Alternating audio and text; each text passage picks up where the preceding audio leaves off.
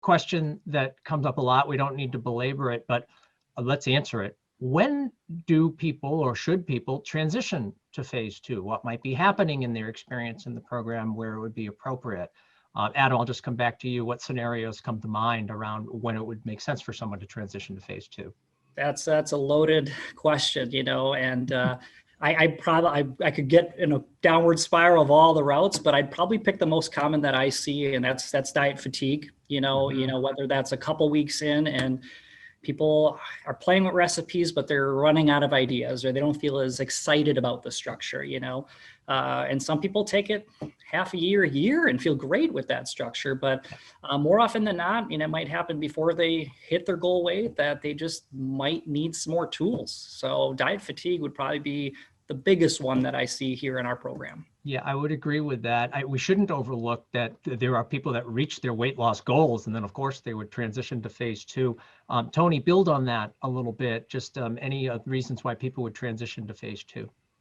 Yeah, in the old days, pre-pandemic, a lot of it had to do with trips and whether it was work or fun stuff, travel, events, big events that were going on, that they would maybe put their weight loss on hold and learn some skills to utilize, whether it's on a trip or travel, what have you. But that seemed really a popular reason here for us in the Silicon Valley area. Yep, absolutely. We see that here in Boston as well. Mm-hmm. Kim, anything else come to mind for you around when it might make sense for them to transition to phase 2?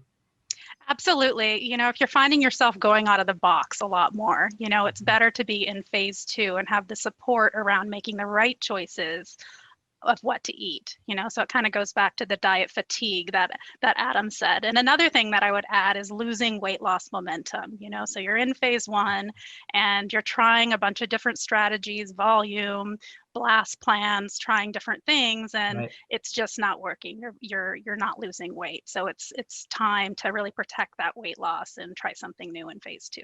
Yeah, I think we've all had that experience where people might try to hold on to being in phase 1 for too long when it really is more appropriate that they be expanding their box of healthy foods. It's just more compatible with where they're at mentally and maybe what's going on in their lives. So you can reach your goal weight, and of course you transition to phase 2. You want to be sensitive to if you're losing motivation and momentum for working to be in the box, maybe your weight loss is slowing down. We have a saying at HMR, better early than late. It's better to transition into phase 2 with what momentum you have and really tackle phase 2 as you're gradually adding in new foods versus trying to squeeze too much out of your weight loss phase in phase 1.